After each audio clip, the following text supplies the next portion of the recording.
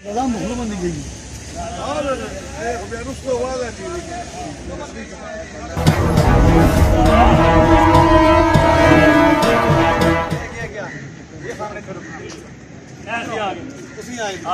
बस चलो ओके ठीक है ओके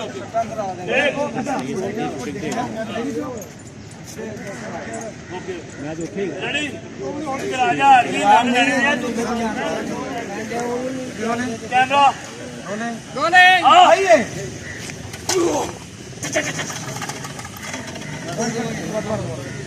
और जाइए नहीं और जाइए शॉट दोबारा राम राव जी रोलिंग आइए ये वो टिकिया चले